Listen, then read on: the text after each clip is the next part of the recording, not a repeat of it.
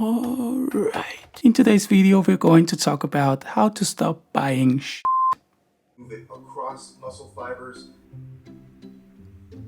We all have been there. You're just minding your own business when suddenly that new shiny thing meets your eye and you just can't stop thinking about it until it is yours.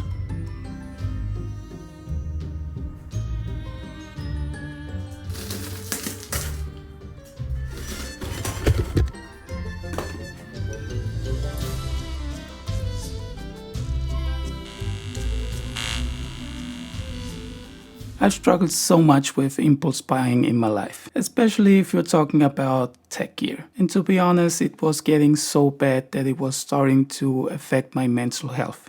If you look closely, you'll see that no one is immune to this, and that's not a coincidence. Companies spend millions of dollars to sell us the products, and nowadays it's just so easy to fall victim to the traps. We can buy things in an instant using services like PayPal. They allow us to return things easily so that it feels like we're still in control. Everything we do is being tracked, so we are bombarded with things that we are likely to fall for. In this video we're going to explore the psychology behind impulse buying and the practical strategies that help me regain control over my life and over my wallet.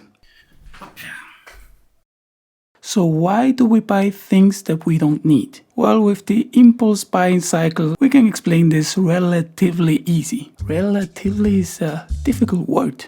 Step 1, trigger. Something makes you want to buy. Like seeing that cool Sony a7 IV introduction video on YouTube, or something more simple like feeling a sudden craving for chocolate. Step 2, emotional response. You start to feel excited or to really want the thing that you're thinking about buying. Step 3, rationalization. You start telling yourself all the reasons why it is okay to buy it. I worked really hard. I deserve this. It's just a limited offer. Or my personal favorite one, I'll become a better filmmaker if I buy this camera. You're not. Step 4, purchase decision. You decide to buy, often without thinking too much. Step 5, purchase action. You actually go ahead and buy the thing. Step 6, post-purchase feelings. After you buy it, you might feel happy, guilty, or even regretful. Step 7, repeat.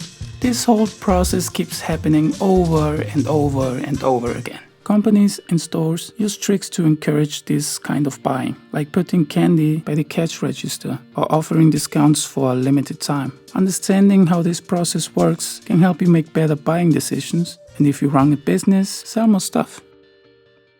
To further explain this concept, let's use my humble self as an example. This is how I became obsessed with camera gear. When I first started making YouTube videos, I only had limited resources, so I spent most of my time just trying to learn how to create better videos. Then came the time when I started to make real money with my channel, and with that, the possibility to buy whatever I thought I needed for my business. I really felt excited every time a major camera company released a new camera or lens, and I really wanted it. I told myself that huge YouTubers like Peter McKinnon also used that gear, and therefore I needed it.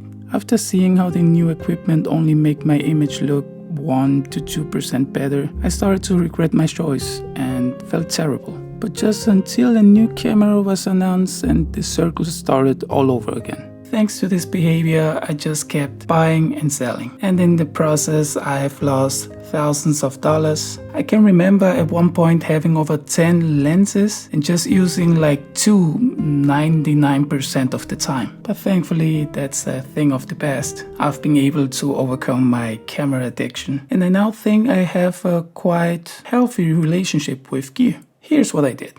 The first thing that really helped me was actually taking a step back and looking at my life. I took the time to research how much money I had lost buying and selling, and the results shocked me so much that I couldn't ignore it. So like with all addictions, the first step is to realize and accept that you have a problem. The second step I took was to sit down and plan. Plan what equipment I really needed and used. Everything I just used once a year was sold, and I decided to commit to my setup for 1 year. I was not allowed to make a major camera purchase or to switch systems.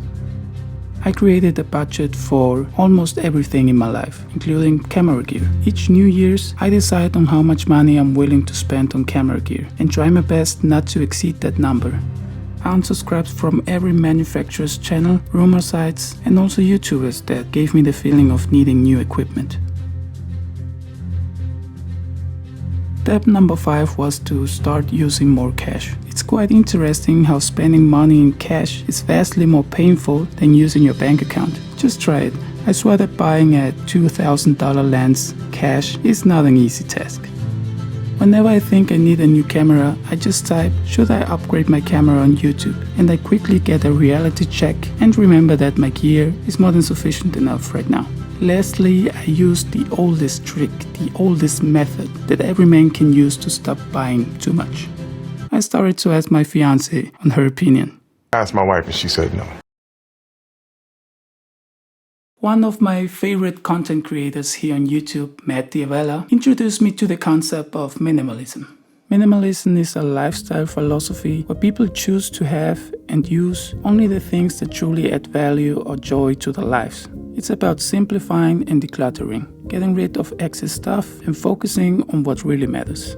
Persons that practice minimalism often aim to have fewer possessions, simpler surroundings, and a clearer sense of what brings them happiness. It's a way of living with less, but finding more meaning in what remains. And even though I wouldn't call myself a minimalist, I try to use the concepts of minimalism on my YouTube gear. To illustrate better, here's my old camera bag, and this is my new one. It has gotten much smaller and my bag has thanked me for it. After owning cameras like the Canon R5, the Sony a7S III, the FX III, and lenses like the Canon RF 24-70, 85 1.2, the Sony 35 and 50 1.2 GM, and many more, I for now have downgraded and settled on this much cheaper but also much lighter setup that quite honestly does everything I need for now and more. This is the Sony a7 IV with the Tamron 28-75 f2.8 G2, that's a mouthful, and my EDC or everyday carry camera, the Sony a7C with the little Samyang AF 35mm f1.8. I only own these two bodies and these two lenses, so I don't have to think about having to change lenses or what gear I'm gonna take with me whenever I need to go out. Here are some other things that have helped me overcome my urge to buy everything I see.